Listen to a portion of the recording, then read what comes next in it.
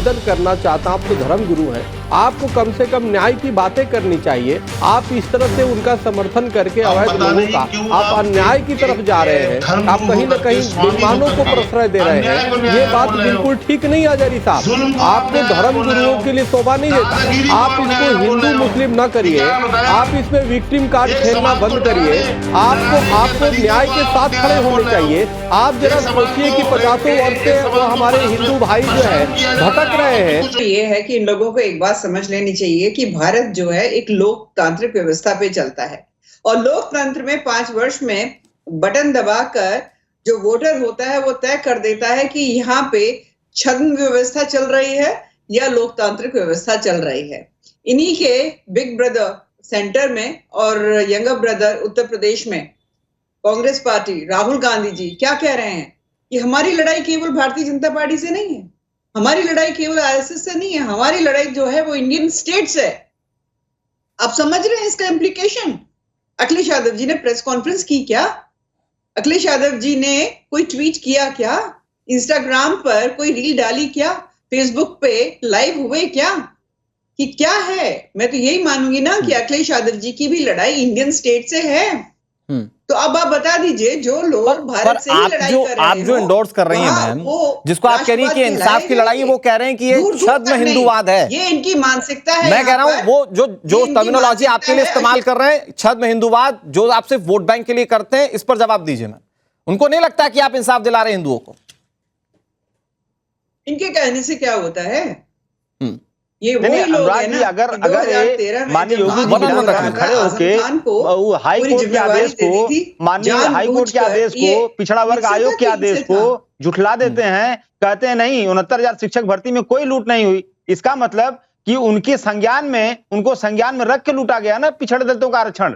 तो ये बताएं कि उन हिंदुओं को न्याय कब मिलेगा? वो तो बेचारे उनकी नौकरी चली गई, उनका परिवार सड़क पे आ गया, तो उन्होंने भी तो, पिछड़ों दलितों ने भी तो योगी सरकार को वोट दिया था, तो उनके साथ अन्याय क्यों हो रहा है? आज सवाल हम लोग पूछ रहे हैं। ठीक है, 2020-21 जल्दी से जवाब दीजिए मैम, फिर मैं उसके बाद चक्रपाणी जी महाराज के पास जाऊंगा। भर्तियों में अनुराग जी, हर 5वां व्यक्ति भाजपा ही है। ठीक है, हर 5वां व्यक्ति भाजपा मंत्रियों का रिश्तेदार है, हर 5वां व्यक्ति उनके अधिकारियों का रिश्तेदार है। बाकी हमारे बाईपोल में दे दिया, ये सारे सवाल खड़े होते हैं। मिल्कीपुर में भी दे देंगे। ठीक है, तो आप लोग कितने न्यायप्रिय हैं, कितने न्याय के द्वारा आप कार्य करते हैं, आपकी कार्यप्रणाली रही है, उसका उत्तर समाजवादी पार्टी को दे दिया उत्तर प्रदेश की जनता ने। हाँ, मतलब वो ठीक भी है। मतलब अशोक यादव जी, देखिए अनिला जी जो बात कह रही हैं वो ठीक इसलिए भी है क्योंकि आप कह रहे हैं कि बीजेपी को जो हुआ वो लोकसभा इलेक्शन में पता चल गया, तो फिर जो उपचुनाव में हुआ जाहिर बात है कि हो सकता है जनता ने आपको जवाब दे दिया हो। ठीक है, मैं आप दोनों के पास आऊंगा, इस पर नहीं उलझते हैं। उपचुनाव को आप मैंडेट मानते हैं क्या? सवाल तो ये उठता है। उपचुनाव मैंडेट नहीं था। मैं कहता हूं कि मैं ये कहता हूं समाजवादी पार्टी उपचुनाव मानती ना हो, उपचुनाव को चुनावी ना मानती हो। ठीक है अशोक जी, दुनिया ने देखा। ठीक है, चक्रपाणी जी महाराज, अजहरी साहब आप जो हंस रहे हैं मैं उसकी वजह आपसे पूछूंगा, लेकिन चक्रपाणी जी महाराज, अजहरी साहब ने ये कहा कि संभल में जो हो रहा है उसमें मुस्लिमों को दबाया जा रहा है, उसमें मुस्लिमों पर अत्याचार हो रहा है। तो ये टर्मिनोलॉजी को आप कैसे समझ पा रहे हैं? क्योंकि अमरीश निकलकर सामने आ रहा है, वो कह रहा है कि मैं जब यहां पर अपनी जमीन को क्लेम करने आता था तो मार के भगा दिया जाता था। हिंदू मंदिर निकल रहे हैं जहां हमारे बजरंगबली कई सालों से पूजा नहीं उनकी हो पा रही थी, वहां पर कूप मिल रहे हैं, बावड़ियां मिल रही हैं, लेकिन अत्याचार हो रहा है तो मुस्लिमों पर हो रहा है, जो संभल में हो रहा है, जो अजहरी साहब कह रहे हैं। चक्रपाणी जी महाराज, देखिए अनुराग जी, मुगलों ने, अंग्रेजों ने, फिर सेकुलर सरकारों ने एक ऐसी धारणा बना दिया था कि कब्जा बेईमानों के लिए बना दिया था कि कब्जा सच्चा और कागज झूठा, और इसमें कहीं ना कहीं न्याय पर अन्याय हावी हो जाता था। इसीलिए बेईमानों को बल मिलता था, जिसका परिणाम जो है संभल नहीं पूरे देश में देखेंगे कि लोग अवैध कब्जे कर लेते हैं, किसी के सीधे साधे व्यक्ति के जमीन पे, हिंदुओं की जमीन पे कब्जा कर लेते हैं और वो दिखाते हैं। लेकिन अब ये न्याय की सरकार कहीं ना कहीं माननीय योगी आदित्यनाथ जी ने अवैध कब्जे को हटा करके जो कागज में जिसका सही में उसका वो है, जो एक परंपरा से चली आ रही है जिसकी जमीन है, उसको न्याय देने का काम किया है। निश्चित रूप से इससे न्याय की स्थापना होगा। हमारे अजहरी साहब, मौलाना साहब से मैं निवेदन करना चाहता हूं, आप तो धर्म गुरु हैं, आपको कम से कम न्याय की बातें करनी चाहिए। आप इस तरह से उनका समर्थन करके अवैध लोगों का आप अन्याय की तरफ जा रहे हैं, आप कहीं ना कहीं बेईमानों को प्रश्रय दे रहे हैं। ये बात बिल्कुल ठीक नहीं अजहरी साहब, आपको धर्म गुरुओं के लिए शोभा नहीं देता। आप इसको हिंदू मुस्लिम न करिए, आप इसमें विक्टिम कार्ड खेलना बंद करिए।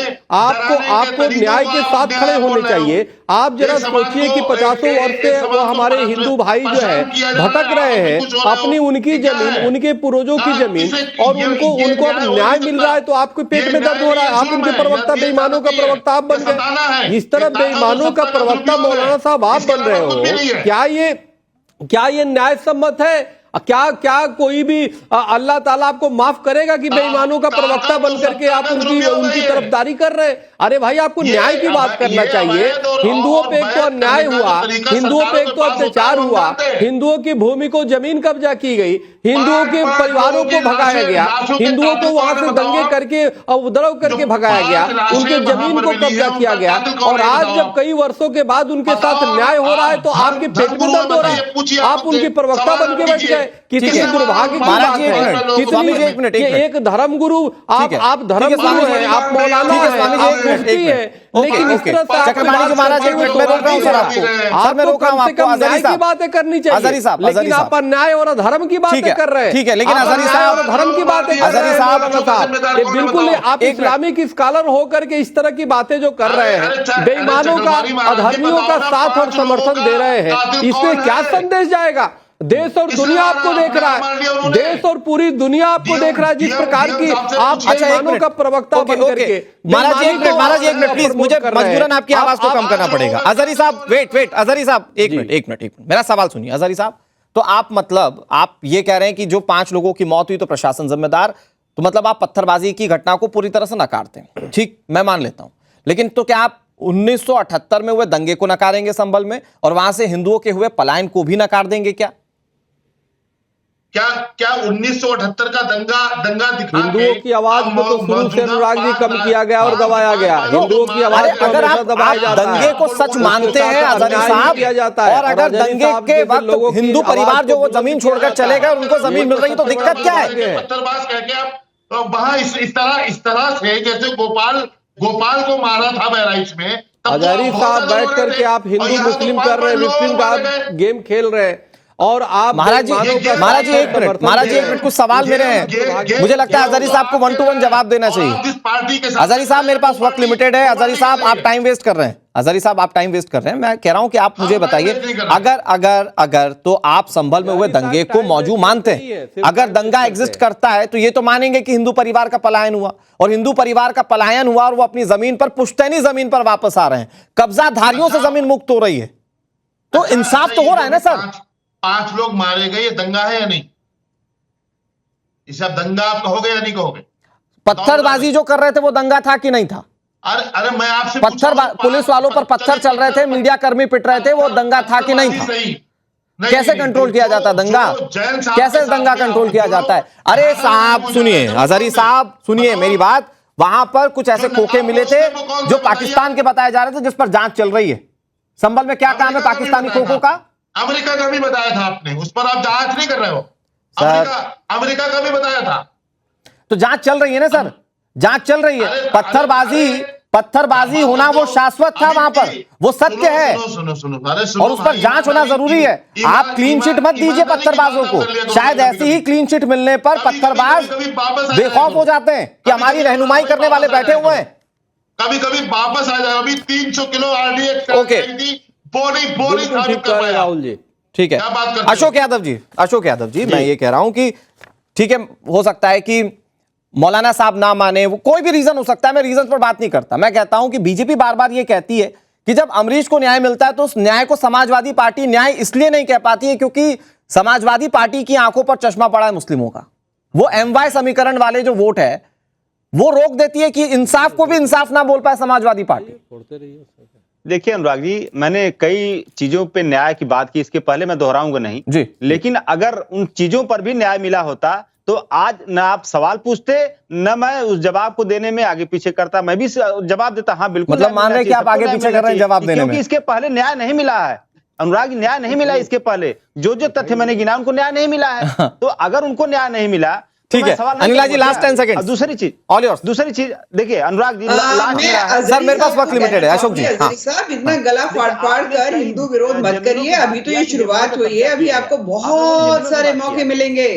ये जो आपकी तड़प है ना, जमथरा गांव ये अभी तो और उभर करके निकलेगी। महाकुंभ का महापर्व चल रहा है, एक शब्द इनके मुंह से नहीं निकला कि हिंदुओं को शुभकामनाएं दे दें। नहीं साहब, बिल्कुल भी नहीं। ठीक है, साथी हैं। ठीक है मैम, बहुत शुक्रिया आज की इस चर्चा में। ये बिल्कुल साफ